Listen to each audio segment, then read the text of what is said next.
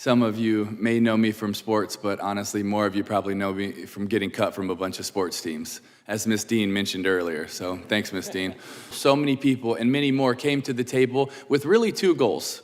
The first one, how many boys and girls are unknown, are unidentified?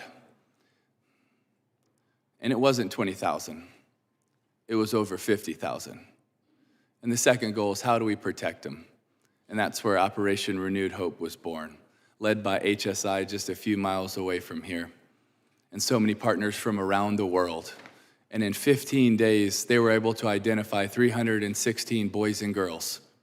316 boys and girls. And just, Mr. Tebow, last time I saw you in person, you were beating my Knowles in Tallahassee. So while I know this is a very challenging dynamic, it's good to see you again in person. Go Knowles. Good to see you as well. I can't repeat the last part, but I guess, sorry, I'm not sorry. I don't know.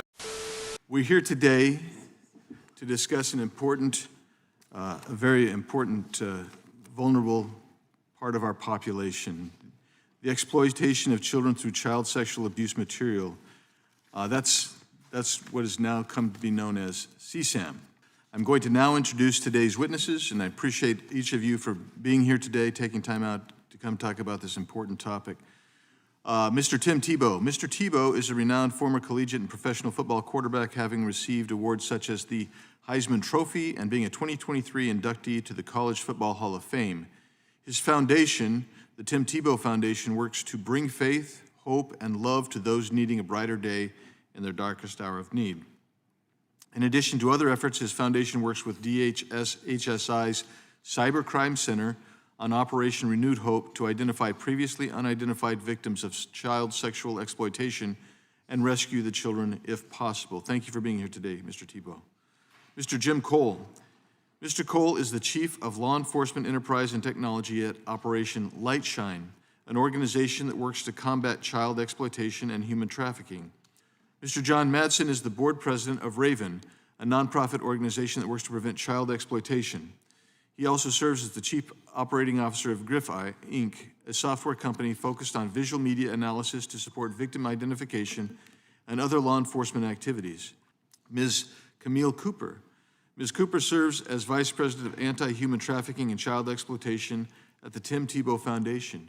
She has worked for over 20 years on issues including child protection, child exploitation, and child trafficking. We're going to begin now with Mr. Tebow. Please, your 5 minutes.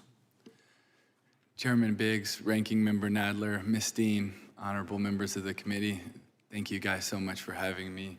Camille, Jim, John, so grateful for you guys and so honored to be here with you and humbled to be beside you. My name is Tim Tebow, and as Chairman Biggs stated, I'm fortunate to be and humbled to be the chairman and the founder of the Tim Tebow Foundation, and we exist to bring faith, hope, and love to those needing a brighter day in their darkest hour of need. To sum it up, we strive to fight for people that can't fight for themselves. Some of you may know me from sports, but honestly, more of you probably know me from getting cut from a bunch of sports teams, as Miss Dean mentioned earlier. So thanks, Miss Dean. We can talk about that later. It's all good. But honestly, why we're here today is to talk about the MVP. Not the MVP I chased most of my life. Couldn't get, by the way, but chased. Not the MVP most of you are probably thinking, no, not the most valuable player. A more important MVP, the most vulnerable people. That's why we're here today. A year and a half ago, this awesome lady to my left, Camille Cooper, joined our team, and I asked Camille, I said, Camille, what breaks your heart the most? And she wrote down the number 20,000. And I said, what does that mean?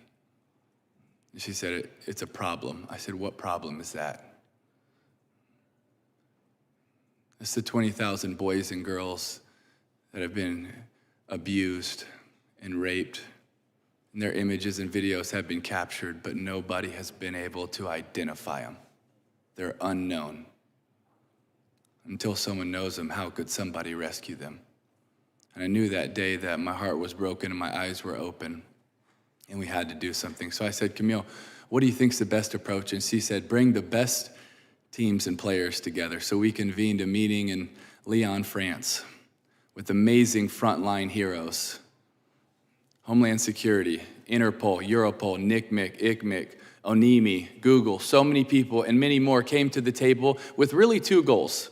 The first one, how many boys and girls are unknown, are unidentified? And it wasn't 20,000. It was over 50,000. And the second goal is how do we protect them?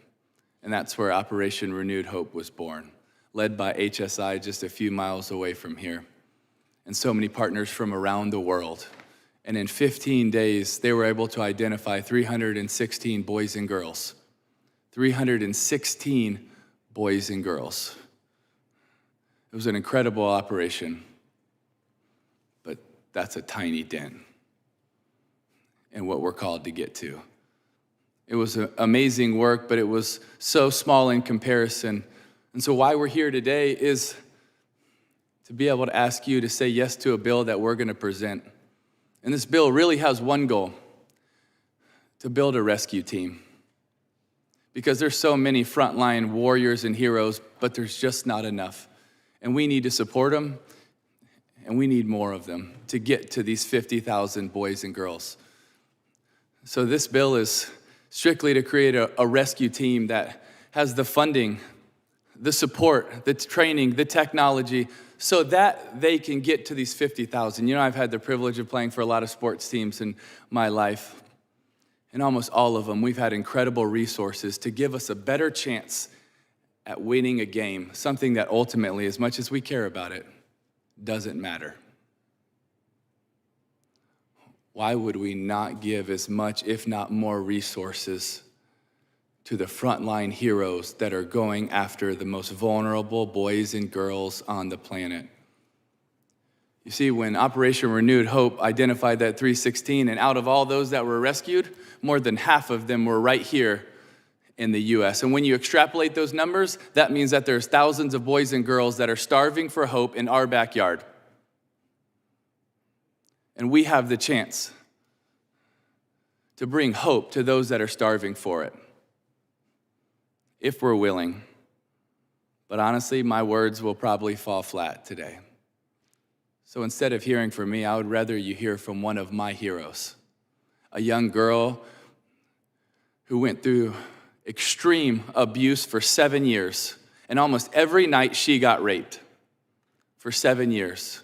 And in the middle of her abuse, this is what she writes.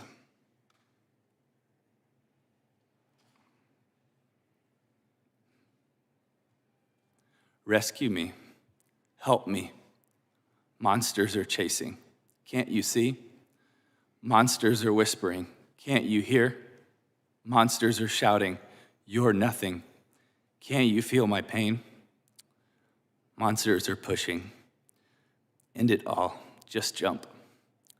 Can't you hear all the whys I'm asking? Monsters are laughing. You're all alone in this. Can someone please rescue me? This girl and thousands of boys and girls just like her, they're calling out to you and to me. And how many times in my life have I missed the call? Have I missed the mark? Unfortunately, too many. But would today be a day that we wouldn't miss the mark, that we would hear her cries, that we would hear her call, and we would answer the call? Because every single one of those boys and girls is worth us answering the call and doing everything we can so that they can experience the faith, hope, and love that they deserve. Not the bondage and torture that they're in right now. I believe if we build that rescue team, we will have a chance of getting to every one of those boys and girls. I got a message last night from a girl who has been rescued, and she said, "Thank you so much for speaking up for us." And it was humbling to get that. But if all we do today is speak, if all I do is speak, I also miss the mark. We have to do more than just talk about it. We have to act on it and be about it. Thank you for having me, and God bless. Thank you for holding this hearing, Mr. Chairman. And I'm intrigued by this concept of a rescue team. And it seems like HSI, Homeland Security, is the preferred partner there. And I want to delve into why, because in this Congress, we had an FBI agent sitting right where you're all sitting right now, Steve Friend, and he was working these cases in our beloved Florida.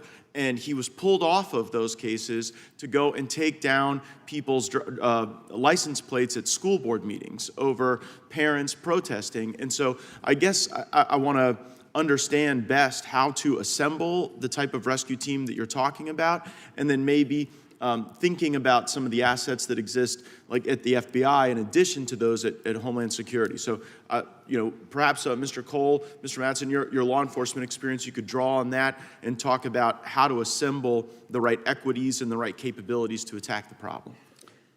Yes, Mr. Gates.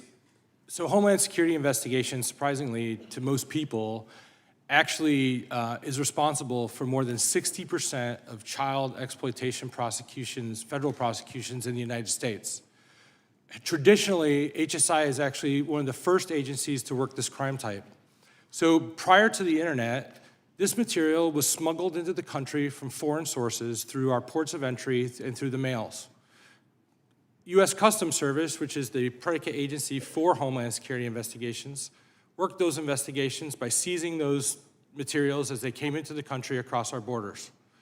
That gives us a legacy and long-term subject matter expertise in this crime type. And so we work closely with the U.S. Postal Service in that endeavor, and really the FBI didn't start working these cases until much later. Yeah, but we're in a different era now. As Ms. Cooper's laid out, we've got to follow that digital footprint right back to the source so that we can make these rescues. And I guess I'm a little worried about Homeland Security because I'm holding this Inspector General report that analyzed how they're dealing with the number of unaccompanied children that are coming over the border. And I mean, in 16% of these cases, Homeland Security isn't even doing the documentation for where they're placing children. And we have over 8,000 children that we don't even know where to put them, that are in the custody of Homeland Security now. Mr. Madsen, do you have a perspective on maybe how to pull together the right equities to build the type of rescue team that we're discussing? Thank you, Mr. Gates. As the former task force commander for North Florida, we worked very well with a lot of peer agencies within all the way from the Panhandle down to Rockledge, which was the area that I covered, both from federal and state and local, so between FDLE, FBI, and HSI. And we felt that was the appropriate way to collaborate and to work on these types of cases with the ability to prosecute federally when needed, or at the state level when needed. And just, Mr. Tebow, last time I saw you in person, you were beating my Knowles in Tallahassee. So while I know this is a very challenging dynamic, it's good to see you again in person. Go Knowles. Good to see you as well. I can't repeat the last part, but I guess, sorry, I'm not sorry. I don't know. And how many law enforcement officers were under your command, and how many officers were dedicated to the identification of victims depicted in child sexual abuse material? So the task force covered about 220 so investigators that were connected to the task force at some varying levels of FTE or hours per week. There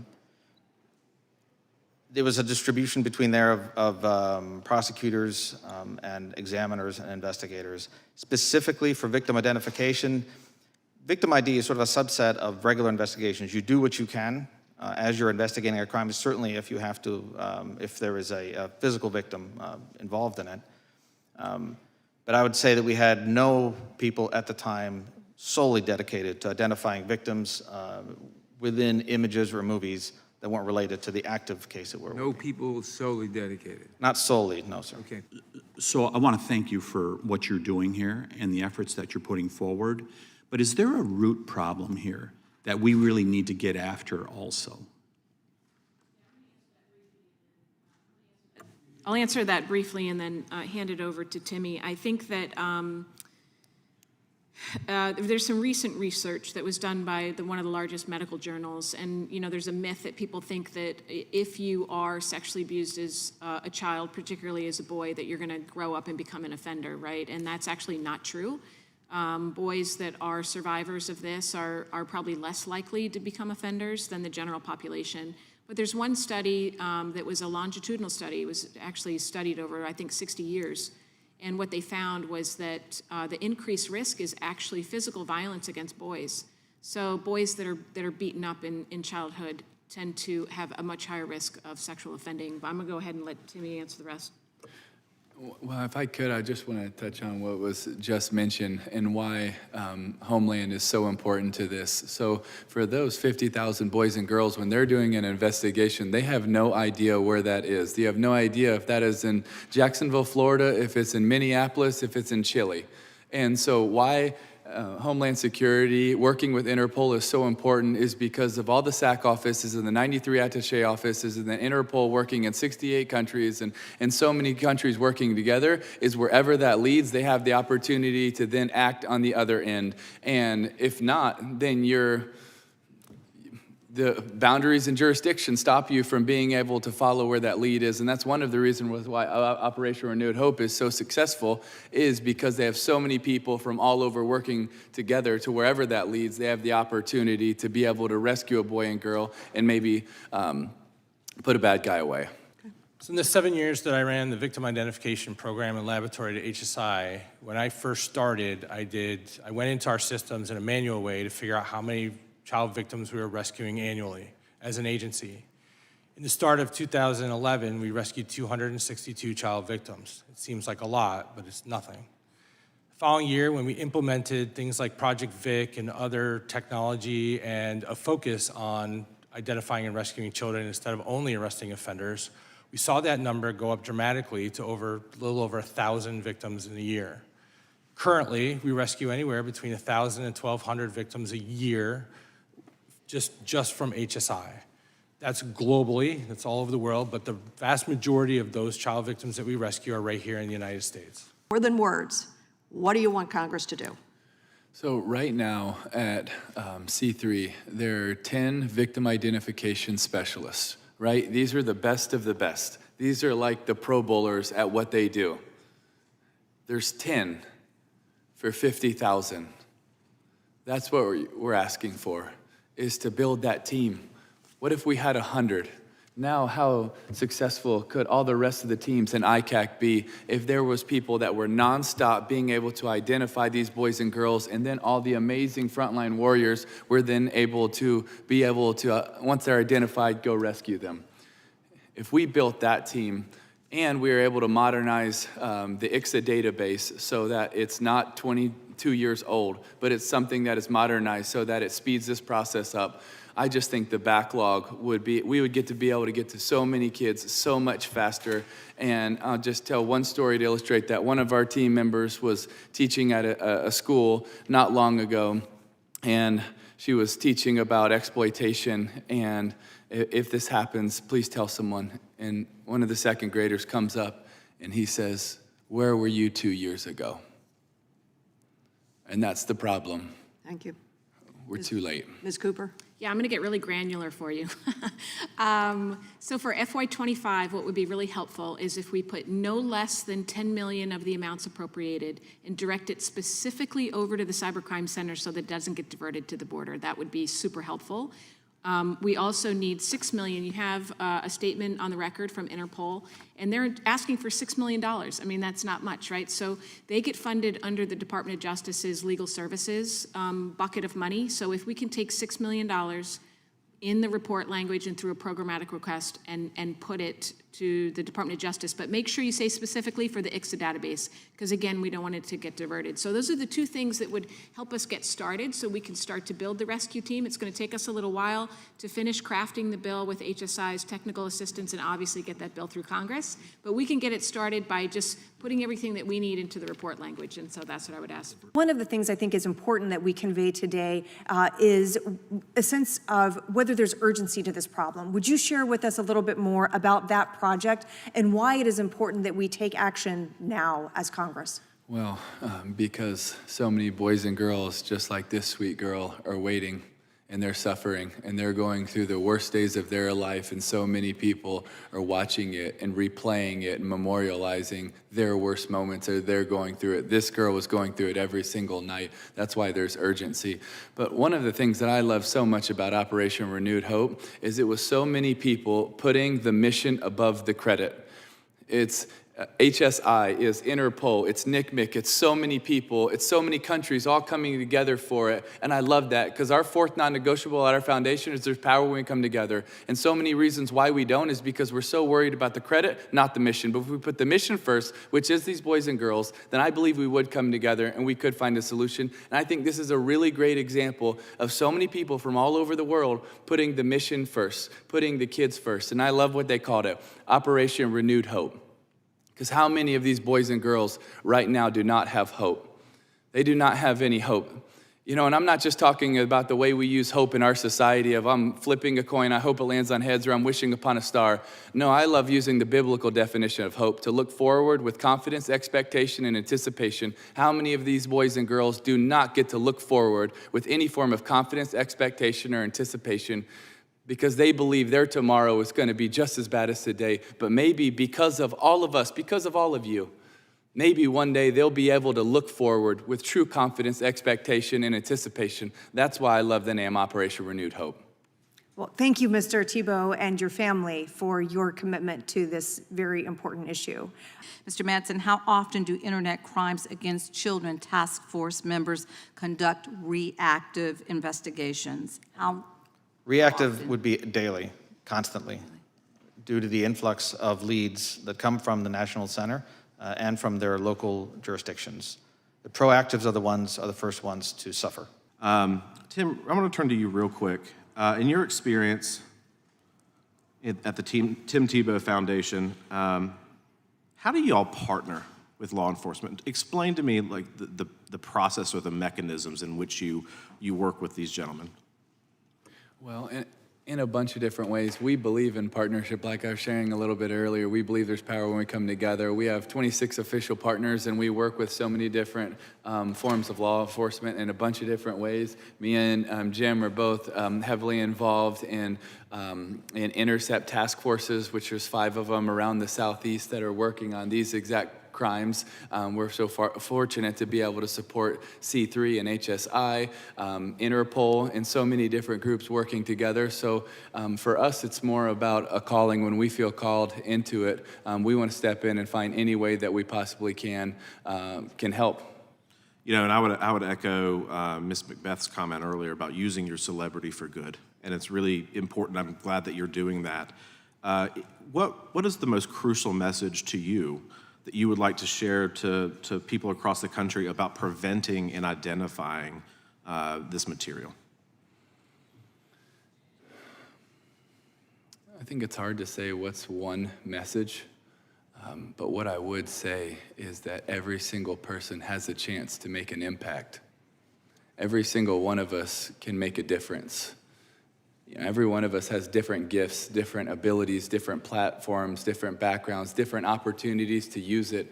You know, some are gifted in long-term restoration for people that are brought out of trafficking or exploitation to love on them really well. Some are trauma counselors, some are on the front lines like these amazing men, but we all have something to give, something to offer, and when we bring it and put it all on the table, I think special things would happen. You know, I think the most important thing is to talk about 2 things. One, you know, children are disclosing sex abuse, and they're not being believed. They're being put into a court system that just brutalizes them and doesn't believe them, gaslights them, sometimes puts them right back into the custody of their abuser. So we have to fix CAPTA. We have a diversion program for child rapists under CAPTA, and that needs to be fixed. We have to prevent that from continuing. So believing children, supporting children, and amending CAPTA. But we can't just rely on children's outcries, because most of the time they're intimidated, they're threatened, told not to tell, and some of them are subject to some really intense violence. Some of these images are really sadistic. So, the more that we can work on the child rescue side of this, the more children we can get to, and we don't have to wait for them to cry out. So we really need to do those 2 things together at the same time. Add on to that if it's okay? Yeah, yes, well, what the heck? Lost control of this one. Yeah. Another way I got the gavel here, I'm not sure what it's for. Mr. Tebow, I'm going to give you 30 seconds to respond to Thanks Mr. for your Voiceless. grace. Yeah. I think another thing that's so important is when a boy or girl is brought out of trafficking or exploitation, to be able to have such a clean handoff so that their first moments of freedom are also with people that are loving them or caring for them, trauma-informed counselors, so they're not just going to a location and sitting by themselves for a while, but they're being loved, they're being cared for, and that healing starts instantly. That's also a really important handoff.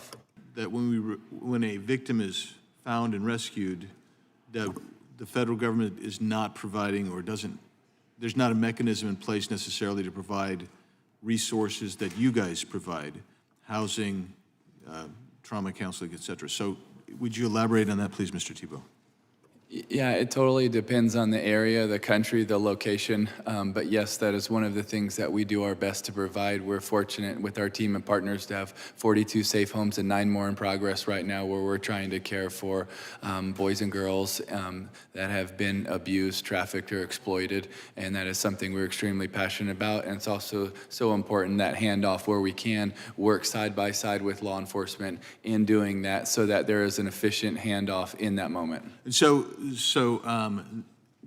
you liaison with the law enforcement, they liaison with you, and they say, we have a child that we were going to rescue, and you guys are then able to step in and help out. Is that right?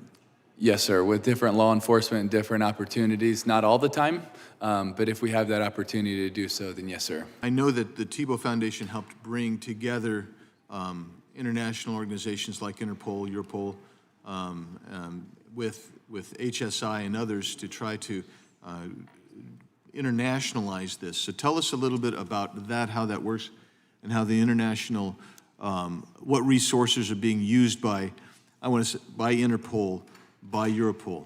Well, with specifically Operation Renewed Hope, a lot of the victim identification specialists aren't allowed and don't have the budgets to be able to fly here and work on Operation Renewed Hope. And so we're able to help bring all of those victim ID experts in so that they can work side by side, because if not, they wouldn't be able to have that collaboration team approach. So that's, with Operation Renewed Hope, that's a big area where we come into play, is bringing those victim ID specialists right here to C3 so that they can work together.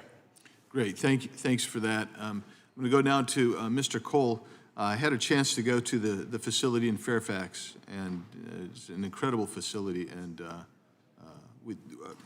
tell me about AI. I mean, I saw some demonstrations of AI and how some cases were resolved using AI. Please tell us how it's being used positively to resolve cases. Yeah, so artificial intelligence is incredibly important, and it's a broad term, as you're aware, but it's incredibly important to the fight against child sexual exploitation, because we are buried in an ocean of data, and both textual, visual, et cetera.